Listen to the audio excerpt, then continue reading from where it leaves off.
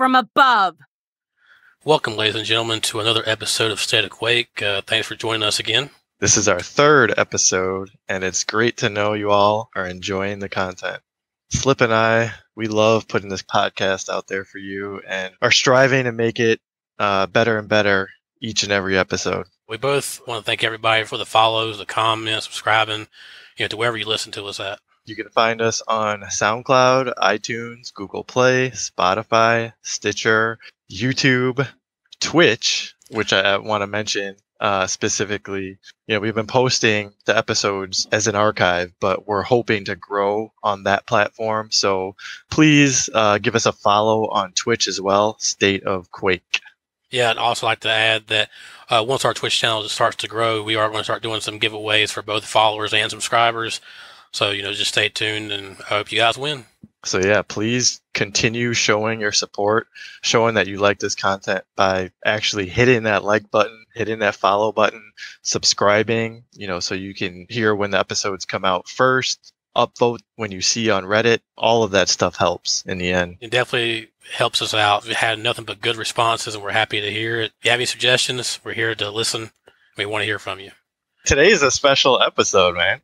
Yes, it is. We have our very first special guest. He's going to be a reoccurring correspondent on this podcast. Hopefully he'll continue to be with us. We both want to welcome dRon. Woo! Hey, you guys. Welcome. I'm excited to be on, man. Thank you. I appreciate the invite. Yeah, I'm glad we finally got you in here. We've been telling you to come on, and been kind of hesitant with us. I have a lot going on outside the Quake community. I would love to commit more to it, but, so it goes.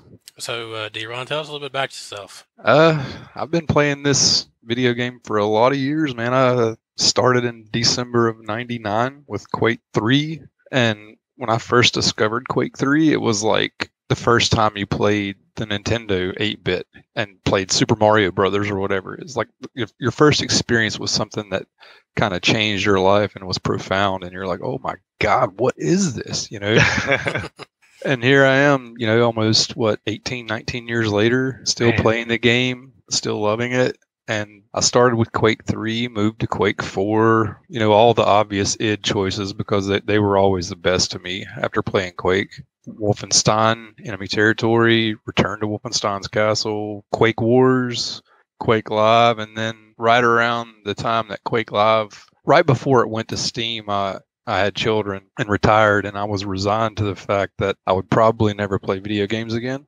and then the announcement for the beta came out, and lo and behold, I was like, all right, I'm back in. So I built a computer. My kids are a little older, so I don't have to contribute so much time to them anymore.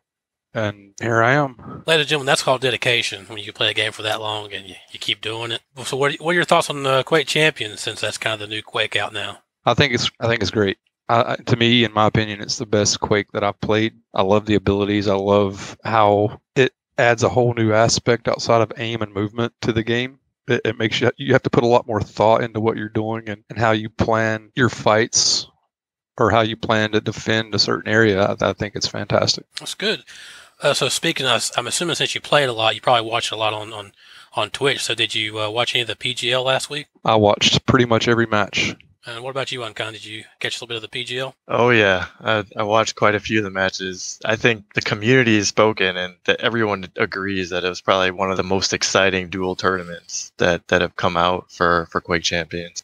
Yeah, I watched quite a few of the matches myself, and it was very heated, and it was very interesting to watch these high-level competitors play at this level, and especially for that $50,000 prize pool. Oh man, I love watching Duel. That's like my favorite pastime other than playing the game is watching the game. I want to congratulate Team Liquid and Rafa, especially for this is his first QC land win. Oh yeah. I think it was about time. This guy was definitely due for one. Yeah, his reaction after he won, that was 100% genuine, and you could tell that all that hard work that he was putting in finally paid off, and it was looking kind of grim at first when he lost that first group round against Cooler, and then he actually came back and brought it back with the actual grand final win. That was awesome. Yeah, they were actually talking about how he will let a round or two slide. He even said this himself, I think, during the PGL when they were talking to him. He can afford to lose a round or two to download his opponent and the way that they play before he reconfigures his strategy. And I was like, I'm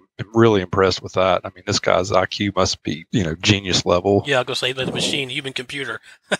It's insane, man. I can never think that far ahead in a game. I'm playing moment to moment. He's playing like 3 rounds ahead or whatever. It's insane. One day I hope to get to that level. It'll probably never happen, but I can dream, right? Right. I think that's the fine line between the pro players and your average Joes. Us average Joes, we just play in the moment. What's happening now, where like you said, these guys are playing, round or two ahead of time, trying to figure out, okay, what's the next move I got to make. I hope, like I said, I'm like with you and kind of hope one day I can get to that level, but hey, everybody has pipe dreams. Right.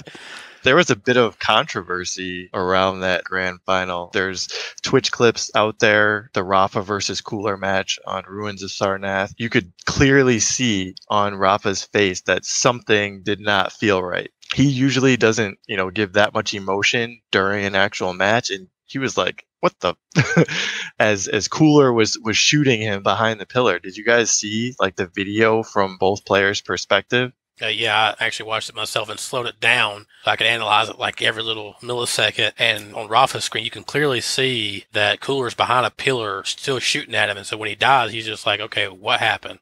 I'm not seeing this on my screen. Then we go to watch Cooler's perspective, and Rafa's in his sight the entire time. When $50,000 on the line, you can't really have that. Yeah, I agree. I've experienced that in many games, and more often than not, I just put it off on me making a poor play. But after seeing that and watching the clips from it, it's pretty insane. That shouldn't be happening at all, especially during a PGL tournament or any tournament for that matter. Yeah, they're supposed to be on a LAN, where there's 0 ping, there's 0 lag. Perhaps the client side hit detection is showing its weak side, and maybe for LAN events, they should move to something that is server side. I absolutely agree, because with 0 ping, like you said, that shouldn't happen at all. So now it makes you wonder how much of this is happening when we're pinging anywhere from 30 to 40 ping on average on the servers that we connect to. How much of this is taking effect? Like when you played someone with a high ping, is the thought that first came to my mind is it seems like they have the advantage, and that I don't understand how that's possible. I know it's client side, but like when you're playing an EU player and they're 100 ping and you're like 30 and you're playing in Virginia, in the past that's always been the advantage of the person with the lower ping, and then all of a sudden now it seems like it's the advantage for the high ping individual. Yeah, I lost 2 duels today, and both of those duels were versus EU players. I was queued up on all US servers, and I was playing earlier in the day. Obviously, European players, they want to increase the servers that they can play on, so they queue up on US servers earlier in the day. I don't know. I wish there was. I feel helpless at times. You're running around the corner still getting shot with a machine gun or a lightning gun, something that should not be happening. It's just, I don't know, really unfortunate. I'm not really happy about it. Yeah, I mean, I have countless stories the same way, and I'm hoping one day they find a good balance between, if they want to keep this client side and server side deal where they're talking to each other. I'm hoping if they're going to continue with that format, they start running out the bugs quick, because like I said, it's ridiculous to happen on a LAN like that. LAN should be smooth, should be proper, but yet we're still seeing things like this. So I hope the community, we can just bear with it and continue to move forward. Well, we all love the game, and we want what's best for. Hopefully they take these responses that everyone's giving them and the evidence, which is the clips of Cooler versus Rafa, to heart and do something about it. I have a feeling that they are working on it. It's just that, they've mentioned they do have a small development team, and it's going to take some time to get that to, operate perfectly. Speaking of developments, have you guys heard about Slipgate Festival? Oh yeah, Slipgate Festival is upon us. I have my new machine gun, my Quake Yeah. 4 machine gun. It's fantastic. I Yes, love it. I do too. and our new tentacle skins. Yeah, those are great. Yep, I have So those as well. for the folks who haven't been paying attention to social media and following Quake and Quake Champions on Twitter and all of their various channels that they share out content, Slipgate Festival is a community-based reward system for the entire month of October. So when they released the patch on the 11th, it started, and everyone who logged in, or anyone who logs in from now until then, can unlock the tentacle weapon skin for the starting guns. And basically, there are 3 other milestones along that, and we've already hit one of them, which is awesome, and it goes to show how awesome the Quake Champions community is. So the way that it works is each match of Slipgate that is played and the amount of players in that match add to a total. And we're trying to get to the ultimate 1 million matches of Slipgate played. But along the way, there are a few other milestones. I don't know if you want to speak to what those are, Slip. Sure. Well, obviously we've met the 100K matches because I mean, if you've logged in, you've got your Quake 4 heavy machine gun. So if you haven't logged in yet, you need to go do it because I personally like it because it sounds just like the Quake 4 one, so it's really nice. And it says the progress can be monitored on their site. They'll keep posting updates each week, so you can kind of see where we're at on each milestone. The next one is going to be for 500,000 matches, unlocks the Scale Bearer lore skin, and hopefully, if you don't have it, if you do have it, you already got it. If you don't, you'll unlock it. Yeah, I've already got mine. How quickly did they meet the 100K? It seemed like 24 hours or less. Yeah, or something. it was less than 24 hours. I'm shocked that many people. Honestly, I thought we would barely make the Scale Bearer lore skin. Well, we're on our way past that now. Yeah, I'm pretty sure we're going to make the 1 million matches played relatively easy, you know? Yeah, speaking of 1 million matches, for that one, you will unlock the lore skin for Athena. So basically, free to play, you unlock Athena. For the people who already have the champ packs, you're unlocking the lore skin for Athena. So, and as some of you guys probably know, it's kind of tough to get lore scrolls these days. You might get one, like, maybe every 10 matches, maybe, if you're lucky. I'm not sure what you guys that's how it's been for me. I sort of miss busting the pots. On some level, man, that was always fun. Like the first 30 seconds of a match running around trying to find the pots. That's how I was able to get, I think, all of the champions up until Keel was released, like really quickly. And yeah, me too. To this day, I still haven't unlocked any of the lore skins. So for Keel, for Death Knight, and for Athena, obviously. Oh yeah, Strogg. I don't have any of those. I just unlocked Strogg's lore skin tonight. Nice, congrats. Thank you. So I guess we can move into this little thing I saw on the dev stream, some champ leaks. Leaks in quotation marks, man. Yes. Did you see how deliberate that was? Like literally, that clip. They went to Strogg, went off Strogg to mouse over the 2 placeholder characters, and then they picked Strogg. It seemed like it happened on purpose. It could have been. We'll just call this maybe a deliberate leak then. Yeah.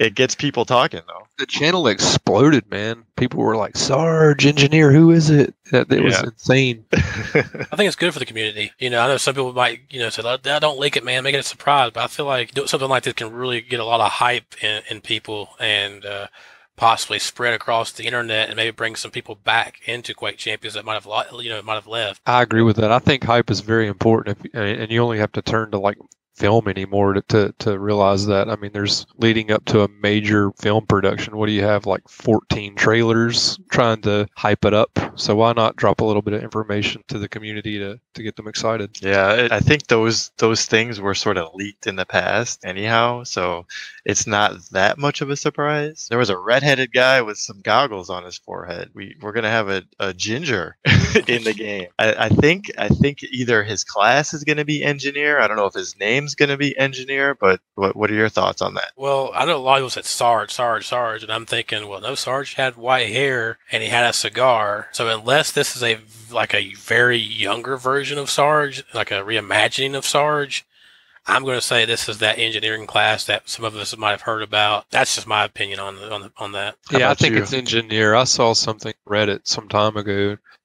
And I think you even posted that in the Discord channel where they had someone posted what everybody believed to be a leak, but no one really knew for sure. And it said engineer, hunter, and what was the third one? I think on that one it said Klesk on that. Klesk, right. Mhm. But it also, prior to those two, on the same list, there was one that had Keel and I think Strog on it. Death Knight. Death Knight, right. Okay, so they had it was an announcement, like, or some kind of list from id maybe, or Bethesda or whatever, that had some champions on it, but it was questionable until maybe the Death Knight and Kill leak or whatever, or until they actually release those champions. And you're like, all right, maybe there's some validity to this. Yeah, and I saw that they added Death Knight as Bones, so it's kind of making me wonder, is Death Knight our Bones character from Quake 3? This is their version of him. Yeah, it could be. The other one that got leaked that I'm super excited about, I know I mentioned this probably in both of the past podcasts, but Hunter, like, if that actually happens, like, I'll be so happy, especially if it's an awesome class to play. I have no idea what her passive or active abilities will be, but I'll play her regardless. And if they have the same types of skins as they did from like Quake 3, oh man, game over. Move over. She's gonna have an orb ability. Orb ability. Well, here's an idea that just popped in my head as far as ability goes. What if she does damage to you, and then as she's doing damage to you, she can activate an ability, kind of like Visor, but instead of just seeing where you are, it leaves like a blood trail on the ground. So she's kind of tracking you that way, and then say the blood trail only lasts for like 5 to 8 seconds. I'm not sure. I'm just spitballing here. I don't know what you guys think about something like that, but it sounds pretty neat to me. Yeah, that could work. Yeah. Or some sort of like when Nyx goes in Viz, if you're a Visor, you can kind of see her outline. Maybe when you do damage to someone, like, you could almost see them like via like a wall hack, but it's not quite as pronounced as Visors. Mm-hmm. It's at this point, who knows what the abilities are going to be, because you got Death Knight that came out with his Flame Strike, and then you got Athena with her grapple hook, so we could see anything really. And or how about like 500 milliseconds of knowledge on their health and armor pool? Oh yeah, that would be interesting. Yeah, that definitely could work out. This game is getting more and more towards the team base now, so the more information you can give to your team, the more you can coordinate and strategize on your game. Yeah, that's for sure. And I think there's enough champions that have like damage abilities. I like to see the rest of them favor away from that. Engineer is probably going to have some kind of turret system. I know people are like screaming that they don't want that, but it is what it is. It's inevitable, really. That was going to happen. And I hate to say it, I think it's going to kind of be like an Overwatch champion that I remember playing as sometimes. And he could build a turret, but at his like passive ability, he could drop you armor shards down. And obviously, since I think Galena gives you health, I kind of think it makes sense at this point to have a champ that gives you armor shards. Yeah, that is a good idea. And I think I agreed with you on the first episode on that. And then that kind of leads us into that third champ that we saw, which is Rain from Rage, if some of you guys have played Rage out there. And so obviously I think his ability is going to be the throwing boomerang thing. I don't know exactly what it was called in Rage, but the wing stick, sir. The wing stick, he got it. I didn't play Rage, so I have zero knowledge and zero input on what his actives could be. I enjoyed Rage. I thought it was really good, and without a doubt, his ability is going to be a wing stick. I don't know how that'll be used, but it was very prominent in the game, the wing stick, and how you used it. And it was used in many of the puzzles. Like, you'd have to throw it to hit a switch or whatever. Yeah, I feel like with that, it's just going to be like a ranger ability, but no teleportation. Obviously, no telefrag, but it's going to be like a throwable ability. Probably more or less do damage, because I don't really see any way it could be a defensive ability. It could be like Peeker, like drone, like you could control it. So basically, it's a remote batarang like Batman uses. It could act as like a remote Doomslayer, so like you throw it and it will hit your target no matter what, that sort of thing. It follows them around like a homing missile. Yeah, that could work. It's fun to speculate. It could be anything, Yeah, it is fun to speculate, but yeah, we actually have some new things to discuss. Like today's episode's dedicated to our October pet. patch, and we're basically gonna go through our thoughts and the highlights, our experiences. Even though it's only been a couple of days, we still have some input on that. Yeah, I think one of the first things we can talk about a little bit is just general performance enhancements in quotations. Put it that way. I don't know if some of you guys out there are feeling better performance or if you're feeling worse performance. I mean, definitely give us a comment on that. We'd like to definitely hear from you. I know me personally, playing here today and a little bit yesterday, I've noticed I used to run around 140 frames per second, and now it seems like I'm going down to about 120, and every few seconds it'll dip down to the hundreds. I mean, I don't know if you two guys are feeling the same or if it's any different. For me, it feels really good. The game's performance is fantastic for me. I mean, I can't say maybe 2 or 3 patches ago I was having a bunch of FPS drops. As it is right now, this patch feels great. Yeah, I echo what dRon said. It feels pretty smooth to me. I know it's still early on, but compared to how it felt a few patches ago, it's like a world of difference. It's just buttery smooth for the most part. Yep, and like I said, that goes back to why we guys want you to comment. As you can see, we just had 2 different outlooks on the patch. So definitely give us a comment so we can kind of see what else is going on out there, because we'd love to hear it. When that kind of goes into another change we've had is the map hourglasses. For me in particular, this morning, the duels that I was playing on, I think both of them were on Blood Covenant, and I think they reduced those by half. So like I was running around the map like, where are the time shards? I was playing Visor trying to get information on who I was dueling, and they were not there. They just weren't. There weren't enough. Like the ones on the curve, the banana area were still there, but the ones like leading up to the bridge, those are gone. Yeah. So if you're expecting those, during a duel or any sort of match, like don't look for them there. Yeah, that looks like the actual numbers for Blood Covenant, they dropped it from 10 to 6.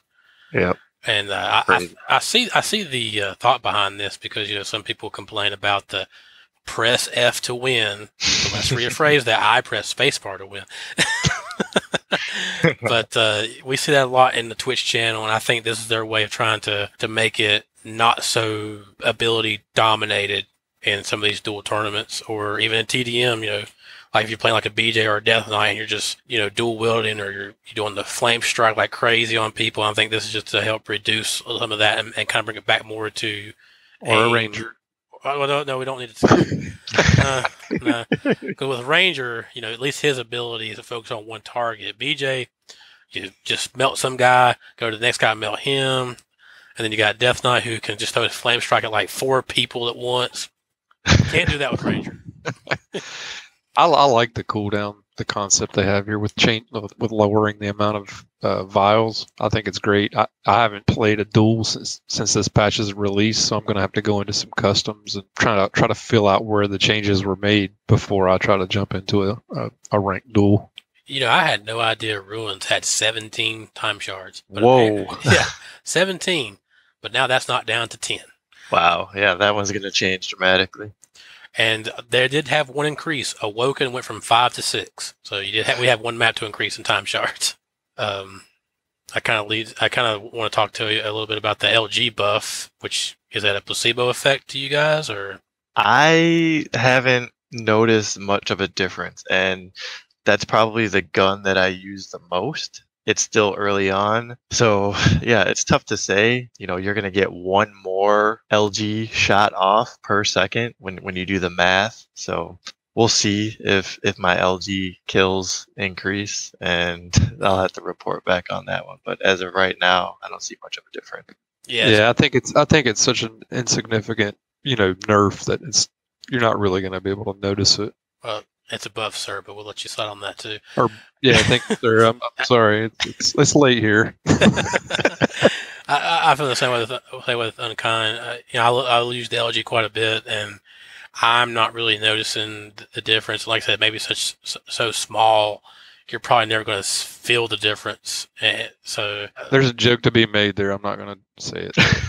Well, some people's shafts are as long, some people's shafts are short. So we'll see what happens. Oh man, we went there. Yes, we had to do it. Someone has to do it. I'm that guy. I'll be that guy. Well, hopefully you guys will let us know if you guys can feel if you guys can feel a little more tickle when you give a LG to somebody? You let us know how you feel on that. All right, moving on. So yeah, unified crouch speed. They basically made everybody when you hit that crouch button, you hit the floor. You could drop it like it's hot as quick as anybody else. Oh man, that was funny. But basically, you're just pretty much crouching the same speed. So to be honest, I never really crouched that much, so I never knowed we had different crouch speeds for different champs. I didn't realize that either. Yeah, that's something that's like, I'm surprised they even mentioned something like that. That's more of like one of those behind the scenes things that they should keep close to their chest. Another big change seems like through all the champs, they've had this thing called adjusted view heights. Apparently, in detail, they say this accounts for recent rescaling of player models. Pretty much, essentially, this is just a pass is updating all champs in-game model sizes to reflect their hitbox changes that they've done apparently over patches since February, and so that kind of leads into like Clutch's hitbox is reduced, so they're gonna make your sight lower, like on his chest, I guess, versus his head. You're not gonna feel as tall, basically. Yeah, that makes sense. And so basically, if the hitbox was reduced, you're shorter. If it was increased, you're taller. That's the way I'm looking at it. That's another one of those things that like I'm probably not going to notice, but I'm glad that they mentioned it, especially now that I don't have anything to compare it against. So I'm glad that they've matched the view heights to the hitboxes for the champs. Well, I mean, to be fair, now some of these people, they will analyze everything about this game and tear it apart, and they're going to demand, why didn't you tell us about this? Yeah, fair enough. It's just like, well, and I guess a lot of people are going to like this, but Death Knight got nerfed. I'm still afraid of Death Knight, regardless. Like, I'm scarred. Like, literally, like, I can't get into a medium range fight against a Death Knight, especially in duel. Like, as soon as I see Death Knight, I'm up against, I'm running the entire time, running away. Like, I'm pretty aggressive when, as a player, but as soon as I see a champion like Death Knight or Ranger, chuckle if you want, Slip. Anyway, I turn into a completely different player, and I am still gonna respect the damage that he does. I don't know about you guys. Absolutely. I mean, because you look at BJ after they've done his so-on-quote nerf. I mean, this guy is still a force to be reckoned with, and Death Knight's going to be the same way, because really what they did was the direct damage went from 50 to 40, and his splash damage is 51 to 30, and apparently they reduced his radius from 3 meters to 2 meters. So yeah, that's still a respectable amount of damage being produced, and you put that in turn with some sort of combo rocket to flame strike or whatever. It's a lot of damage. Yeah, so basically in duel, he's still what people will say a press to F champion, because like you said, one good rocket or even a good place rail shot, whatever, and he hits you with that flame strike, you're done. There's nothing you can do about it. And actually, I think we saw that in PGL a few times. So. Oh yeah, that was crazy. There was another moment on Ruins of Sarnath, so where the tri-bolt is. I think it might have been Cooler. Fact check me on that or not, but basically he was hiding around the corner waiting for his opponent, and it might have been Rafa, and he deleted him instantly. He hit him with a rocket and the flame strike at the same time, and the other player was stacked. He instantly deleted him. I hate moments like that. It's very reminiscent of Cooler Rafa last year at QuakeCon when Sorlag was very, very strong with her spit. Mm-hmm. Rafa and Cooler had a match where Cooler was being Cooler and he was playing the way that he plays, which is very passive and like waiting and setting traps and stuff. And he did the same thing to Rafa then with Sorlag instead. Yeah. So it was like deja vu. Well, basically, so Death Knight was the Sorlag of then. So I guess it's kind of backtracking with hitboxes again. I just want to let people know that are interested. Galena hitbox has increased, so she's a little bit more reliable now. And then Keel, he's not the big tank anymore as far as hitbox goes. His got reduced a bit. Slash is, all your Slash fans out there, you can actually slide around a little bit faster now. Her slide friction was reduced. Another update that happened was Sorlak's bunny hop acceleration increased. Anybody like the bunny hop? You can do that a little bit. And another last champion that got buffed was Scalebearer's Bull Rush. Instead of doing a minimum 50 damage now, he at least does 75 for him. I would love to see Scalebearer be a better, more prominent champion, But for me, he's still not. His hitbox is still too large. Yeah. Especially he's like the face of Quake Champions. Like he should be very like forward facing, right? Yeah, I agree. I mean, you got a statue of him, so come on, guys, let's try to make this guy a little bit more viable. But to be fair, I mean, he is viable in some situations, like with TDM. When you do the bull rush to the teleporter on Blood Covenant, quad's about to come up, and so you just bull rush through 2 or 3 people to get quad. Yeah, he has his place, I guess. I see Scalebearer as a great TDM or deathmatch champion. That's for sure. Like, he can string together quite a few frags in the right hands. Yeah, I could definitely. But he's fun to play with, but he's just not very useful if I'm playing seriously. Yeah, and I'm not playing for the fun of it. Then I'm not picking Scalebearer. Yeah, I can see him in CTF as well when that mode comes out. I know he's heavy, but I could see him being a runner just to run into the base and try to bull rush some of the defenders out of the way. And maybe you could have if he doesn't pick up the flag, maybe you can have like a Slash come with you and she run in, grab the flag, and take off, without having to take much damage because, Scalebearer's going to do all that for you. He's basically been a tank.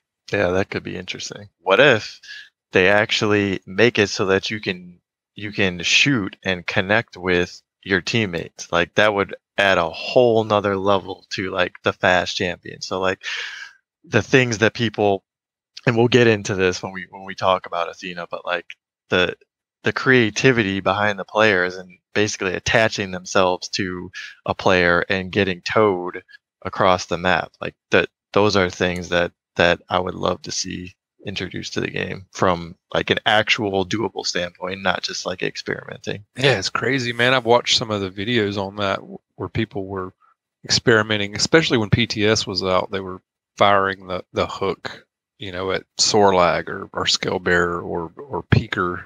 And it was so cool, man. I like that thought had never even crossed my mind, Yeah, same here. One of the other things they did in patch, which is we're kind of just glazing over this because some people might like it, some people might not care, is the UI settings. They got the zoom FOV out now to where you can kind of pick, your FOV when you're in zoom.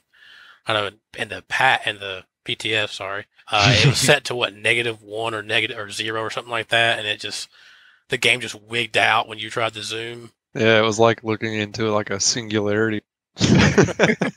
And yeah, don't forget that they put all of the UI settings in a separate tab now. So if you're wondering where all that stuff went, they added a new tab to tweak all of those sorts of things. Yeah. Another thing I'm glad they added was the team and enemy outline colors now where we can choose, because I've noticed it's helped me a lot to have the enemy outlined in like the bright green color I used to use back in Quake 3.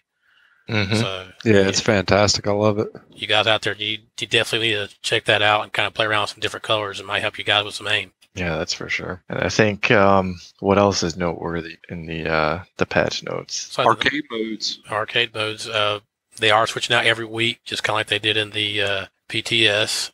Right now, the one they're doing is Unholy Trinity TDM, which is, if you played the PTS, it's where you have your rockets, LG, and rail with unlimited ammo. But now you're on a team, so it's not so chaotic, which is nice because I loved Unholy Trinity. It was just way too much going on. Yeah, I feel like it is slowed down the spam quite a bit, and that is one of my favorite modes to play. That's for sure. I think that Unholy Trinity is the closest thing to Clan Arena at this point. A lot of people like that say that Slipgate is, but I think that Unholy Trinity is the closest thing that they have to Clan Arena at this point. Yeah, I 100% agree. And when they sort of hinted at this during one of the developer streams, is like they're hoping to basically make toggle switches in custom game modes so that you can basically create Clan Arena. But obviously, you can only do that with a certain amount of people, and you got to do the setting up of the match on your own. Like, people really want to see that mode make it into the game. That's for sure. Yeah, I think with every patch we're getting closer and closer to it. But they also released two other game modes though. Swinger Party, which I know some of you guys have heard through the dev stream or the community streams, where you're just everybody's Athena and you're swinging around. So Swinger Party. And then Instagib. Yeah, it is Instagib. And then the other one is Lead the Way, where everybody's Skill Bearer. See, he's the face of Quake, so let's make him a little more viable, guys. Oh, man. So how do you guys feel about like all of these different modes? I know when I went to set up a custom game and I just saw which mode I would like to play, like that list is extremely long. Like at this point, like we almost sort of have to coordinate with each other just to find a match. Yeah, I agree. It has given us a lot more options to do, for game modes, which is a good thing in a way. But I think right now with the size of the Quake community, it could be a bad thing because you have so many different people wanting to play so many different things. So which I'm glad they are switching out the arcade modes every week. So that way, if you want to play arcade mode, you got to play that particular game type versus having all three and just spreading out the party pool. Yeah, that helps for sure. I think that the amount of modes in the game at this point are, could definitely be dividing the community a little bit. I come from a competitive background with some of the earlier iterations of the game, and I want to see some particular modes, and I want to see ladders for those modes, whether it's CTF or Slipgate or whatever. And albeit these arcade modes are fun, that's not what I'm looking for in my experience from Quake. I want the competitive feel. And I mean, granted, I'm not a pro player, but I did enjoy playing on different ladders and Clan Arena, or Rocket Arena is what I used to play. And then CTFS from 3-Wave, Capture Strike. To me, I'm not a huge fan of the arcade modes. And I think a lot of people will probably agree with that too, because I like arcade modes, like you said, they're fun, but I miss the competitiveness of teams, and I think that's, like we said in our previous podcasts, we need clan tags. Bethesda, we need those so we can start having more of a team community. Like, I think people will play these games more if they can feel like that they're on a team together, where now it's just like, hey, you want to play this game mode, we'll party up and hey, we'll play. There's not much competitiveness to it yet. Yeah, it's just another layer that we are going to get in the future. Just we haven't been given any indication on how long it's going to take. So basically, I know we've mentioned Athena, so I'd like for us to try to dive deeper into her, since she is our newest champ. I know we all know that she is a light champion.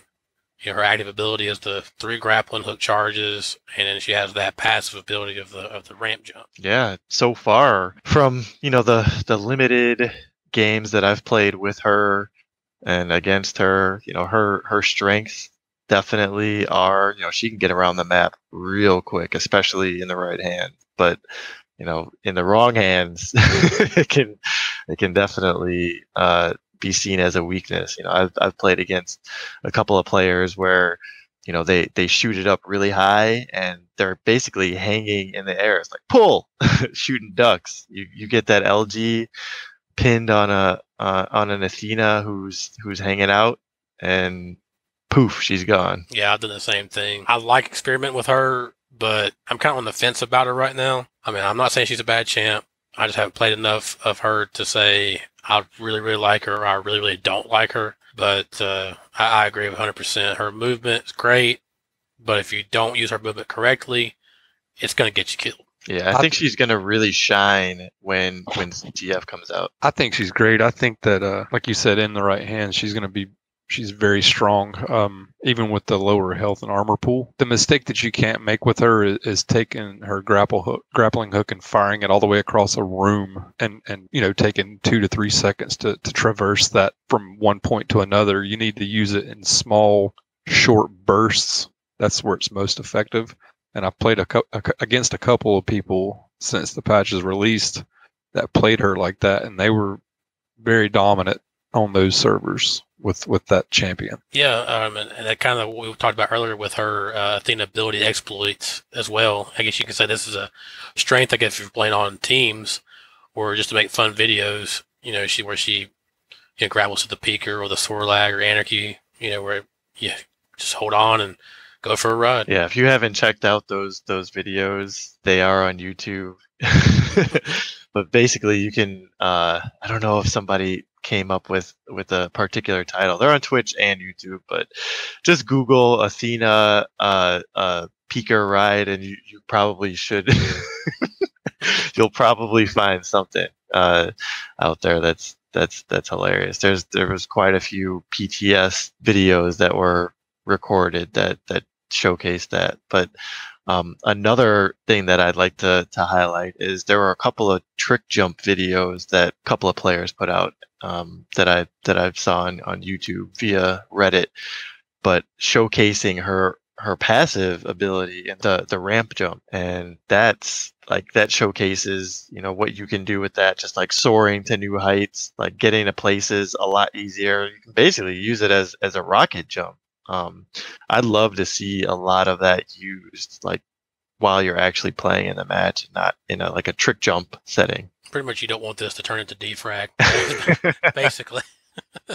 I mean, I wouldn't mind seeing a defrag mode. There's like that's what I love about Quake in general, is like there's so many different subcultures within this game. There's an audience out there who specifically want to do tricks and have tools and recording angles and all that stuff that would support the ability to make trick jump videos. That's what initially got me deeper into the earlier Quake. Seeing defrag videos, I miss that sort of stuff. So when I see people releasing trick jump videos with the tools that they have available, which are basically none, it's pretty amazing to see how creative some of the players are with the tricks and the camera angles that they have at their disposal. Yeah, I agree. I always enjoyed watching defrag, and in a lot of ways, I think those guys are more talented in the game than someone with like a Claws with spectacular aim. As great as that is, the ability to fly around the map in just seconds is more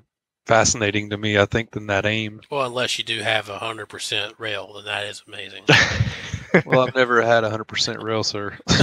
Well, guys out there, if you do find someone that has 100% rail, constantly let us know. As long as he's an aimbot and you can prove that he is not an aimbot, we would like to get him on the show and talk to him how he hits 100% accuracy every time. Somebody during PGL had 65% rail. I that was forgot Kilson. It was Kilson. Yeah, man, he was amazing. He was crazy. They call him Railson, man. He is insane. And he shot quite a few too. So that was, oh man. There was some great aim in PGL. I was watching, like I said, I watched pretty much all the matches, and some of the statistics those guys were throwing out there was just so impressive. I couldn't believe it. I was like, I was like, who can ever hope to be that good? Mm-hmm. People are going to be talking about a lot of those players and a lot of those matches for some time to come. That's for sure. So another big announcement for this patch is the new game mode Slipgate, which, hey, I like Slipgate. I like tossing people into Slipgates while I'm playing. It's fun. So basically this mode comes down to, it's a 4v4 attack and defend type game mode. If you've played other games that have that type of setup, basically you have 2 minutes to close the gate if you're attacking. And then if you're defending, you want to kill the other team. There's no respawns in this game, so if you die, you're going to the spectator seat. Yeah, you'll be sitting on the sidelines in third-person view, cheering your teammates on.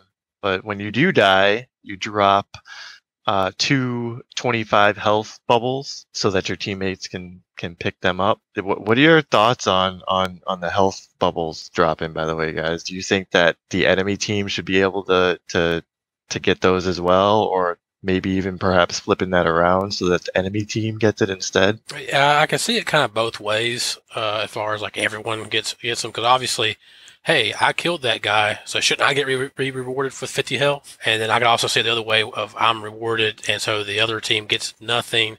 But I guess it tries to help balance out. So maybe like if you get a teammate killed earlier in the round, so instead it's a 3-on-4, maybe that's just their way of kind of maybe help balance it out a little bit more. I have some hard opinions about this mode. I like it a lot. I think that there is way too much health on the map, and people are playing way too aggressively. In my mind, in an attack and defend mode, you should be a lot more careful, and people aren't being careful based on what I'm watching and what I'm seeing in the tournament that happened this weekend, and people playing on public surfers. People are just running straight away from if they're defending, they're running straight away from the position and playing it like TDM, where I think you should be hanging back more and playing angles. And like I said, I come from Clan Arena, and 3-wave Capture Strike were my favorite mods in Quake 3 and Quake Live. This is very similar to Capture Strike in a lot of ways, but except for in Capture Strike there was no health or anything. And you tried to really conserve your health and armor by not peeking angles unless you knew you had a shot, and it made the game a little more campy, but it was more intense. This, people are just treating it like TDM, I think, in a lot of ways. And I can attest to that because tonight Mr. dRon was on my team, and I kept saying, "Hey man, you might want to, hey, we're defending. Let's back it up a little bit. Let's back it up a little bit. I'm gonna go out here and explore." We had another guy on our team named Coach something. I can't remember the second part, but he goes, "Hey guys, we're on defend. Means you got to stay near the base here so we can defend it." And dRon goes, "Thanks, Coach." So basically from now on, if someone on your team is not defending like they're supposed to, become Coach and tell them, "Hey, you got to start defending because this ain't attacking. This ain't TDM." So remember what Coach says. When you defend, you stay. And the game mode is still new, so people are still like feeling it out. But like I don't know. I have a feeling that if someone doesn't get it right away, they're never gonna get it. And unfortunately, that's how a lot of people are these days. They're just gonna give up on it, and it sucks. I get what you're saying, and I think as a whole, the Quake community is used to something super fast. Quake has always been known for fast-paced action, and this game, in a lot of ways, kind of slows it down a bit because you don't want to play like TDM. I mean, you could win playing like TDM, but when you start playing against people that know what they're doing, you're not going to win that way. So, and I just don't think people are just used to, hey, let's slow it down. Let's think about what we're doing. Let's communicate as a team. Which way we need to go in if we're attacking, or which way we're going to defend if we're defending. And I think it's just going to take some time for people to process that. What I'm seeing is it's an objective-based game, and people are chasing the kills instead of the objective. The game should be about the objective and closing the Slipgate, not necessarily chasing kills. It's hard to get away from that. Like, I think as Slip was about to mention, once the pros start being the pros that they are and playing it and grinding it out and basically playing other people at that top level, that top tier, and seeing how they communicate with each other and how they coordinate, people will start to get how to play the game even more. Yeah, I agree. And here I am thinking, let's compare this to Duel for a minute. When you watch pros duel, some of them have a little bit more aggressive nature, but overall the pros, they're going to play slower than like your average Joe guy that's going to run around the map and try to get a kill. So I'm thinking of this needs to be played like a duel, but it's 4v4. You need to slow down, get your angles, communicate with your team. Where as in a duel you're not going to communicate with anybody, but still give them feedback. And I'm telling you, when a team starts doing that every time and they're on a high level, then boom, everybody else will get that. With this play style, as we mentioned, it's a lot slower. You got to take your time. You got to be patient. Don't just rush in. But you need a lot of team coordination in this mode. I cannot stress enough, like, if you have a microphone, use it.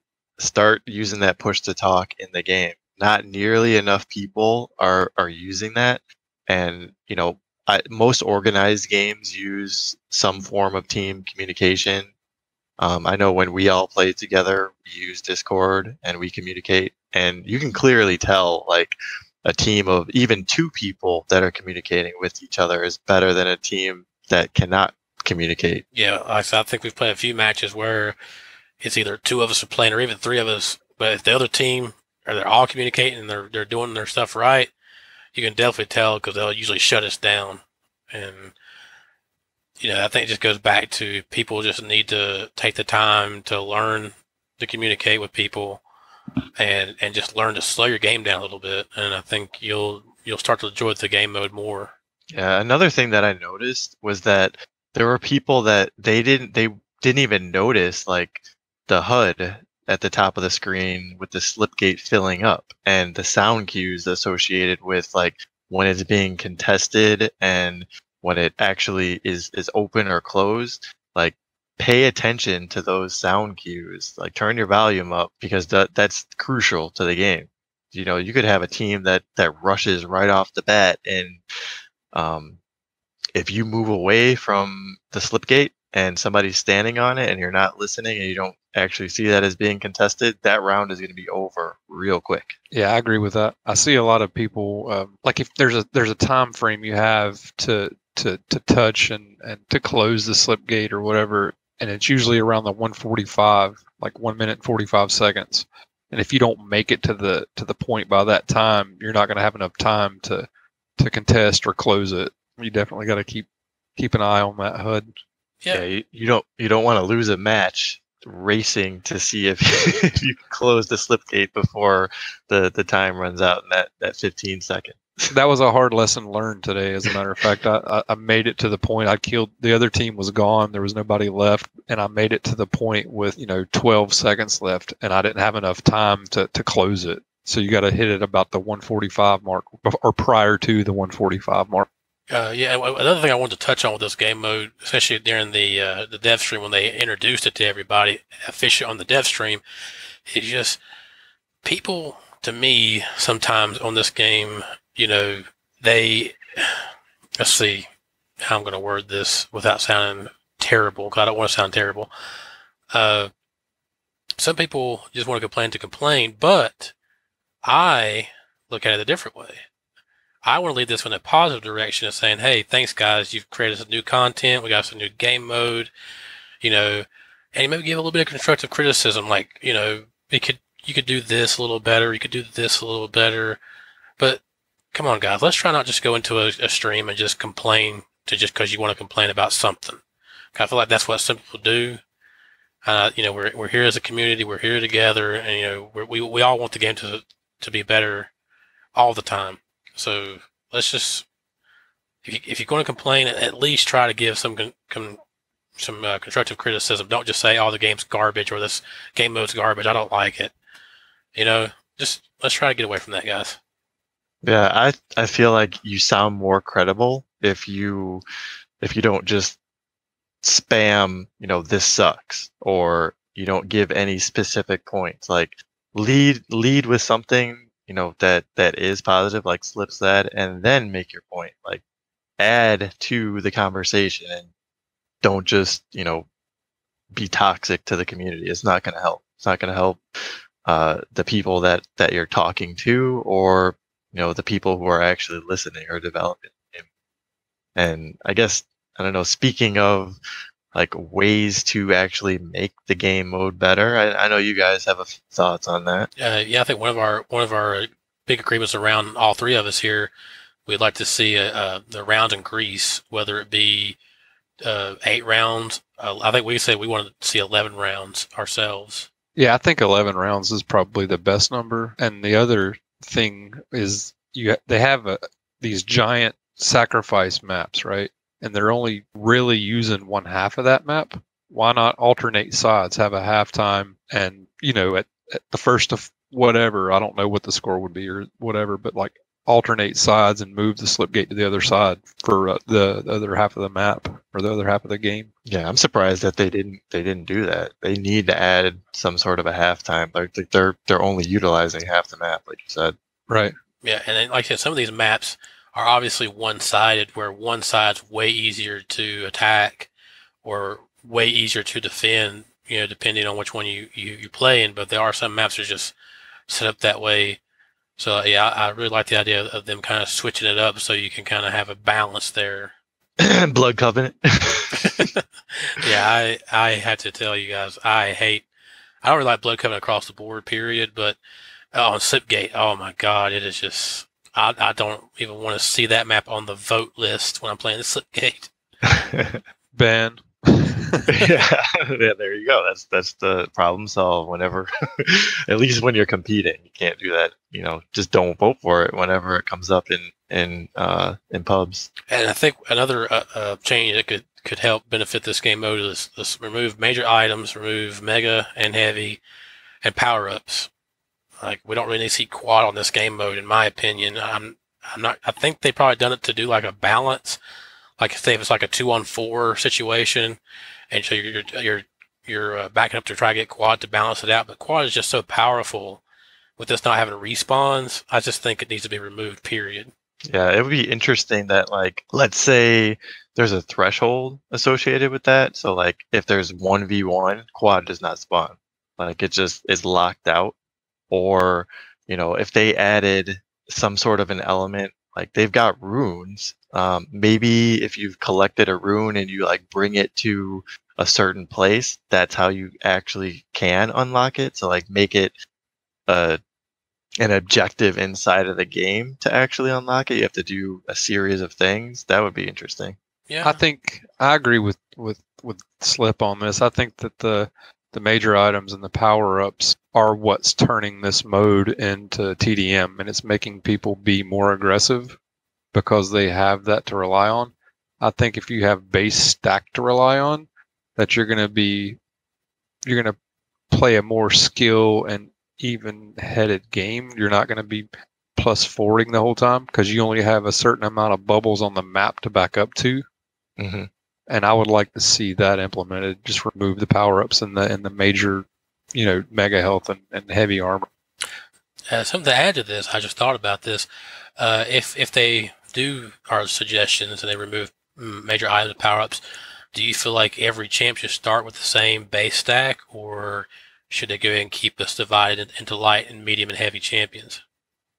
I think it'll be fine as long as they leave the items on the map. Like if you take some damage, you're able to backtrack and pick up a health bubble or two or an armor, but no more than that. And that really puts a lot of pressure on you to not make mistakes and choose the proper fights instead of just plus forwarding from the beginning, Yeah, I definitely agree with that. But I could also see it being some people maybe want everybody to start with the same stack. But like you said, as long as they keep the health bubbles and small armors, and you play slow like you're supposed to, like I said, I think it'd still be a fun game mode. Yeah, you start to get into that territory of like, should abilities even be part of that game mode? And I don't know. It's a tough thing to try to balance, but I think they should, at the very minimum, test out what the game feels like on PTS with no major items, power-ups. That would be really interesting. Right. I think the abilities make it better. I don't think you should take that away. I think you just need to be careful to turn it into TDM, Yep. because that's essentially what it is at this point. They're going to have to do some reworking to get to make it what it's supposed to be, I think. It's close, but just some minor tweaks here and there. It could be an awesome game. Well, I mean, do you have any tips? You guys have any tips for people out there that are? Yeah, we've been playing quite a bit of Slipgate, almost exclusively, except for those couple of duels that I played this morning. Do you guys have any particular tips that you'd like to share? For our listeners. Well, I know one tip, especially when me and dRon first starting this out, especially when we played in the PTS version of it. We was doing a Peeker BJ combo, and what we did was he would take the Peeker, go into the base, and kind of distract them with his Peeker, while I would run up with BJ and just dual wield LG and just melt the team away. And that worked both offensively and defensively for us. So, I mean, I don't know if you guys want to try it out, I would suggest it. I've distracted many people with my Peeker. So, some people can't believe it's so small. Yeah. Strog's really good in Slipgate. I think if you use him as a form of information, and you try to not necessarily attack with Peeker, but from the start of the round, put Strog to the side somewhere where he's out of danger, and place Peeker up as high as you can to see as many doorways and openings leading into the actual Slipgate area. It's very informative for your teammates, and they'll be able to rack up some kills using that. Yeah, especially on the larger maps, or the maps that have a lot of geometry to it, like Lockbox. That one is especially helpful. Yep. And you could use a good Strog visor combo, because Peeker can only see so much, obviously, in the area that he's in. So, or like say if your Peeker gets thrown out and you have a visor holding his sight until that happens, he can hurry up and pop sight and give you immediate feedback. And so, but that also kind of leads into a kind of backtrack to the suggestions. That also kind of leads us into, do you think it should be one champ per team? Like you can't have double visor, you can't have double BJ. Oh, absolutely. Yeah, it should be that way. It should be a tournament mode where, like, even on the pub servers, I'd like to see that implemented where there's almost like a draft. I mean, that's going to take more time, obviously, but then you don't want, like the other night we were playing and you had a team of like 4 BJs. It was ridiculous. Mm-hmm. Hey, there's nothing wrong with 4 BJs. Let's just say that. Hey, who's going to complain about 4 BJs? Yeah, I think we'll definitely. I think with people who do like the community tournaments, I think they're going to definitely implement that rule because, like you said, you don't want like 4 visors and each in turn just waiting to pop their sight, so they're constantly seeing where you're at on the map and giving information. I mean, because that's not fair. That's not going to happen. I think Strog and Visor are the 2 strongest champions in the mode in a competitive sense because of the information that they're going to be able to provide. I've had good experience with Galena as well, especially on defense. What I've experienced is, you can put some totems off to the side, like where your teammates who are staying in the base as they're supposed to, just as extra health. Especially if you can get an overstack going for your entire team. Absolutely. Yeah. That's extremely helpful. Another thing that I like to do is on some maps, like there's basically a funnel that you can expect players to come in from. And if you put the totem like right at the entrance, but out of their view, it's most likely going to hit them as soon as they come into the room. So it's like instant damage. And it also acts as a body block because the guy that hits the totem's probably going to stop, and then everybody behind him is going to slow down. Yeah, that is true. And I think people are going to experiment with more champ combos because obviously this is all about teamwork in this game mode. So I wouldn't be surprised if we see more combinations, kind of like maybe a clutch using a shield to charge in, and your teammates try to stick behind him to take some, to keep from getting damaged, or anything like that. I mean, I'm not going to be surprised to see any kind of combos. I know Nyx is getting more popular where she uses her stealth and she'll sneak into the base from behind and start shooting them from behind. So you always got to be kind of wary about that. Mm-hmm.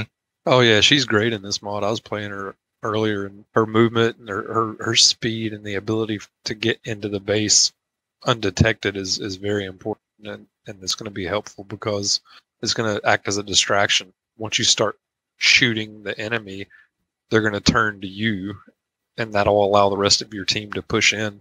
Yeah, and that kind of leads us into what not to do, because we've kind of told you what you can do.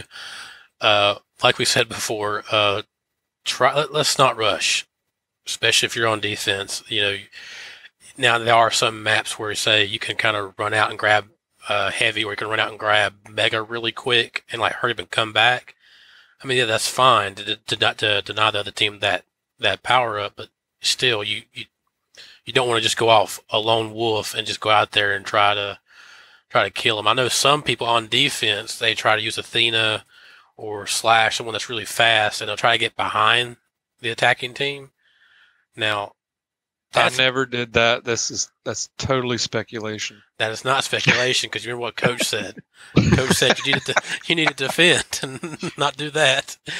And I think that's a big gamble. It could pay off. It could, but I'm not gonna bet on that. I'm just gonna say it's defense. I'm sticking to where I need to be.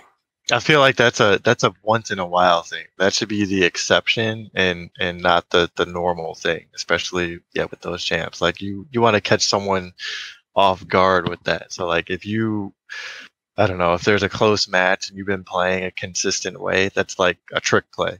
That sort of thing.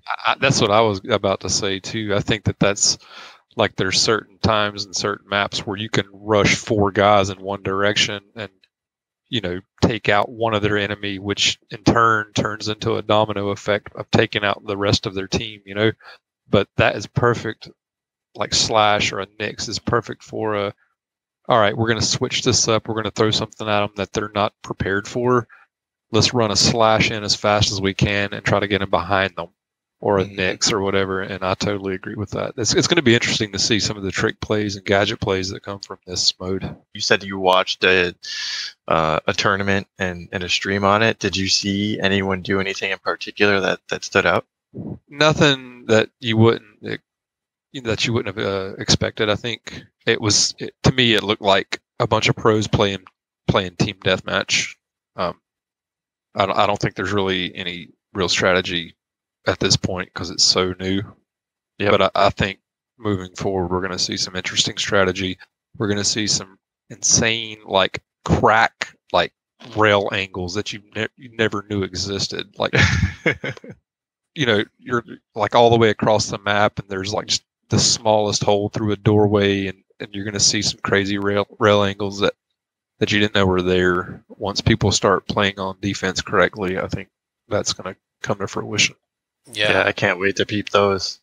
I know we got a while to a QuakeCon, but I think once we get to that point, and hopefully they keep pushing Slipgate as like a dominant esports mode, when you come QuakeCon, you're going to definitely see this. You're going to see these trick plays and these certain team formations that these people have come up with. So I think it's going to be very interesting to watch and see what they come up with. I agree. So yeah, as we mentioned, communication is important. I know. I just wanted to reiterate that. Like, jump on Discord, use your voice chat. We want this game mode to last and live. Don't get frustrated with it. Don't quit after one match.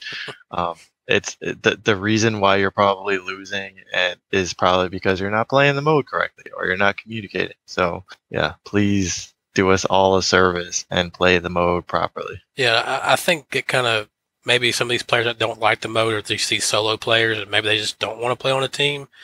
But then again, it's like, well, then why play that game mode if you don't like it?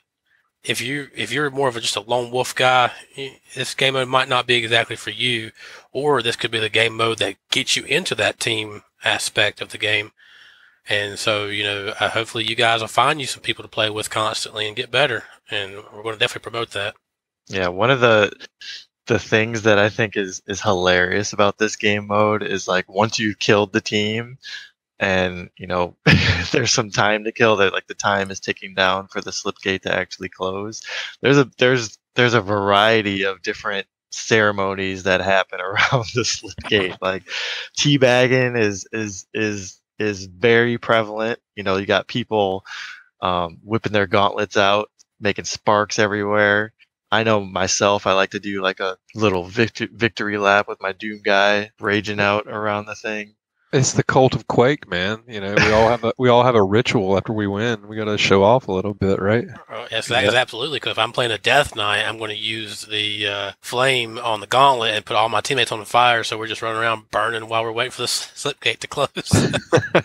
Yeah, I love that. That was an awesome moment that we got on stream the other night. Now this next subject that we want to go to, I think. It's not on the live patch, but it was in the PTS. As far as we know, it's not in live. It wasn't in the patch notes. We haven't played it on live, but it's the new map they come out with called Citadel, and I think it is the biggest map on Quake Champions as of yet that we've actually been able to play. It's very symmetrical. It's very CTF feeling, like both sides of the map are the same. How do you guys feel about that?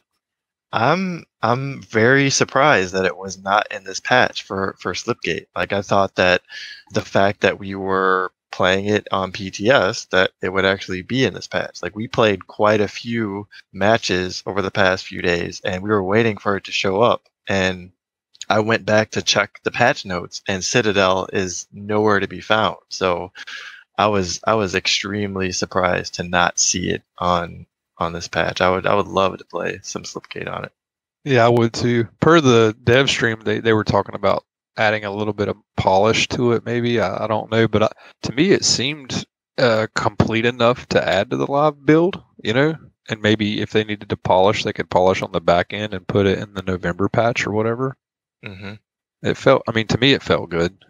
Yeah, same here. I thought the map was completed, to be honest.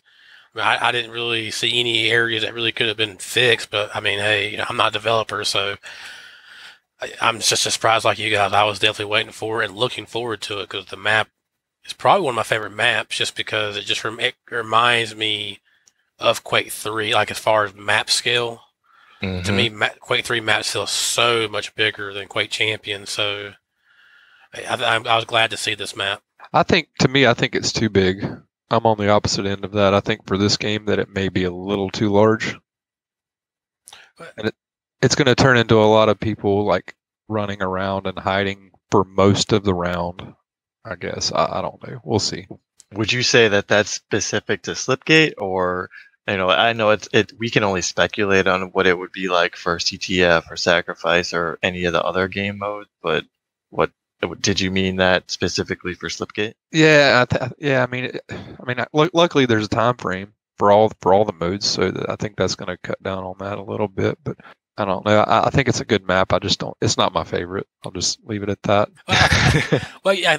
Well, I see what you're coming from, and like I said, the map was definitely geared towards CTF. And these maps, in my opinion, right now, are not big enough for CTF. I mean, I don't know about you guys, but I want to help them with. If someone captures your flag, I want to have an attempt to grab it back. Where on some of these maps, it's like it take 2 seconds and you're already capping the flags. So I think this. Yeah. I can see where you're coming from there. I think it's going to be great for CTF. It's going to allow for some really cool flag runs. Mm-hmm. I'm looking forward to that. That's for sure. And now as for, we were questioning TDM on this map because, like we said, it is quite huge. So I kind of want to say it needs to be cut in half, just like if they want to do a dual map of this. Even for 4v4, I think they would probably want to cut it in half for that mode. Yeah, I'd like to see them cut the map in half and make it a TDM map or, whatever other mode. That would be great, and it would give us an extra map to pull from. Yeah, they seem to make each one and every map that's in this game multi-purpose. So why not do it for that one as well? Yep, exactly. Like with Sacrifice, you got Ruins of Sarnath that expands for that game mode. So why can't we just have a map that gets smaller versus getting bigger? So I guess we'll have to wait and see what happens because, like I said, they're still polishing the map, and then they might have to dip it in some water for some shrinkage. Yeah, I mean, who knows what they're going to do with that map? And I hope we're going to see more maps like, especially when CTF comes out and that becomes more of a dominant mode. Because I'm sure it will be with the community clamoring they want this mode now. So I'm ready to see some more CTF maps, in my opinion. Yeah, I think the days of us waiting for CTF, I hope they stick to the schedule. Like, I really, really hope. Like, we are probably close to 30 days away from our first taste of CTF, probably on the PTS server. Like, I'm so excited. You and me both, man. It's going to be great. I'm looking forward to it as well. Well, guys, I mean, I think that about covered most of what we need to talk about. I mean, is there any final thoughts or anything else we need to add? Play more Quake, man. Help us reach that 100 Slipgate match milestone. We're probably going to blow it away. He's meaning 1 million, not 1 million. 1 million. It is late. Give him the benefit of the doubt. It might only be 100 at this point. Well, I just wanted to make people think that, hey, I just got to play this 100 times and we get it. We're all going to probably play it 100 times each to get that goal. Yeah, we could do that. And the pace that we're going at, like we're probably gonna hit it in a couple of weeks, like not even 2 weeks. I'm astonished at how quickly we hit the 100,000 mark. I really am. I want to say it's because of this podcast. I think a lot of people are listening to it, and it's just making people want to play Quake. Yep. And I'm also talking about those PGL people, guys. I know you capped out at 21,000 viewers. A lot of people were talking about that on the forums. So I need to see those extra few thousand people playing some Quake. Yeah, get in the game. Stop just watching on the sidelines. Play the game, man. It's free. And so I think that's our final thoughts. I figure, we talked about the patch notes highlights. We talked about the new champion Athena. We went through the new game mode Slipgate. We talked a little bit about the new map on Citadel. I think we covered everything. Yeah, that's about it. I wanna give a special thanks to dRon for gracing us with his presence during this podcast. I hope you enjoyed your time on the show. I know I've enjoyed having you on the show. How do you feel, Slip? I feel the same way. Absolutely. I think it adds more to the discussion to have a third person, come in and see what their perspective is, and I'm hoping we get him back a few more times. You're not as unkind as your name indicates, sir. You're so sweet.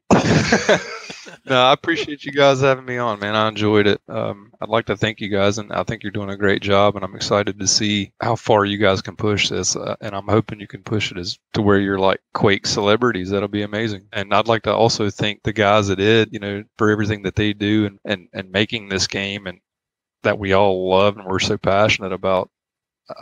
Keep doing a good job with it and listening to the community, and I really appreciate you putting this together. I didn't think I was ever going to play another Quake again after Quake Live, and then this thing happened, and I was like, holy shit, I'm Quake. I'm ready.